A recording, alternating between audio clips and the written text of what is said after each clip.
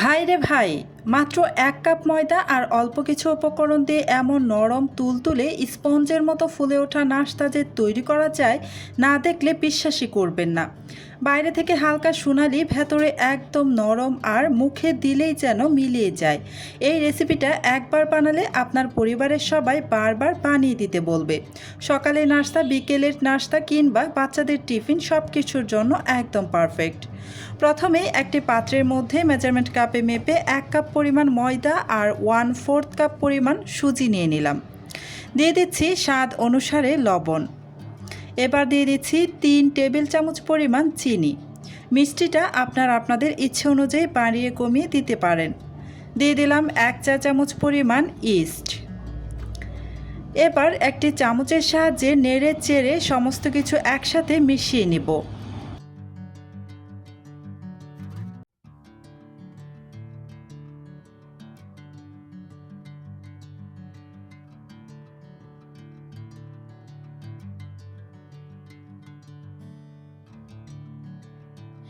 এবার এখানে দিয়ে দিব মাত্র ১০ টাকা দামের ১ প্যাকেট গুঁড়ো দুধ।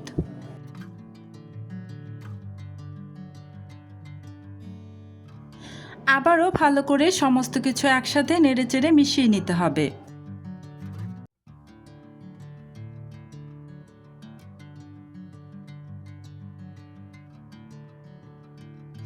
এবার এখানে অল্প অল্প করে গরম পানি দিয়ে একটি ব্যাটার বানিয়ে নিতে হবে। ব্যাটারটা এমনভাবে বানাতে হবে যেন ব্যাটারটা ঢালা যায়, এরকমভাবে বানাতে হবে। কিন্তু খুব বেশি পাতলা করে কিন্তু বানানো যাবে না, একদম অনেক বেশি ঘন করে ব্যাটারটাকে বানিয়ে নিতে হবে। আমি অল্প অল্প পানি দিয়ে ব্যাটারটাকে তৈরি করে নিচ্ছি। এখন পর্যন্ত যারা আমার ভিডিওটা দেখতেছেন, প্লিজ আমার ভিডিওতে একটা লাইক দিয়ে দিবেন।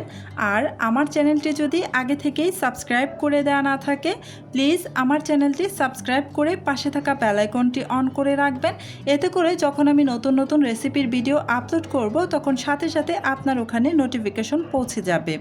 এই তো ব্যাটারটা আমার রেডি করে নেওয়া হয়ে গিয়েছে। এবার ঢেকে রেখে দিলাম প্রায় ১ ঘন্টার মতো। এই যে দেখতেই পাচ্ছেন, আমি ১ ঘন্টা পর ঢাকাটা সরিয়ে নিয়েছি। আর দেখুন কত সুন্দরভাবে ফুলে একদম পাত্রটা ভরে গিয়েছে।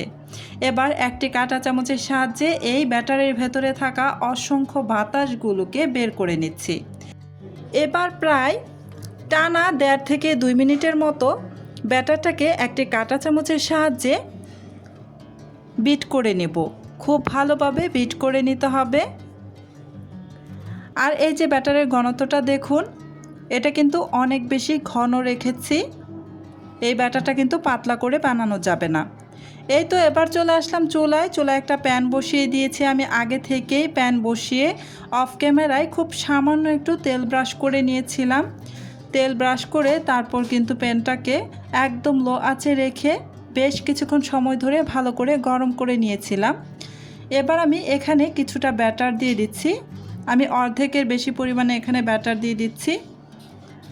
এই ব্যাটারটাকে দিয়ে খুব বেশি ছড়িয়ে দিবেন না, মানে একা একা যতটুকু ব্যাটারটাকে ছড়িয়ে পড়বে ঠিক ততটাই থাকবে।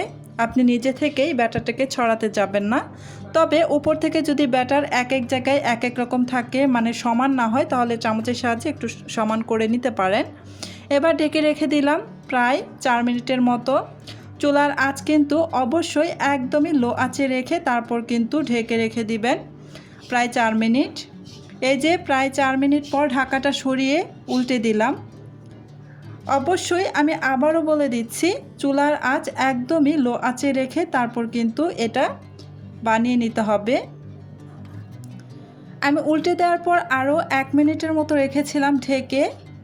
তারপরে যে ঢাকাটা সরিয়ে নিয়ে এখন আমি এখানে খুবই সামান্য একটু, মানে নামমাত্র একটু তেল দিয়ে দিচ্ছি। তেল দিয়ে এপিট ওপিট করে একটু ভালো করে ভেজে নেব। তবে আপনারা চাইলে এখানে যদি তেলটা ব্যবহার করতে না চান তাহলেও হবে, একদমই তেল ছাড়াও আপনারা এটা ভেজে নিতে পারবেন, কোনো সমস্যা নেই। তবে আমি খুবই সামান্য একটু তেল দিয়ে দিচ্ছি, এতে করে এটা খেতে একটু বেশি ভালো লাগে।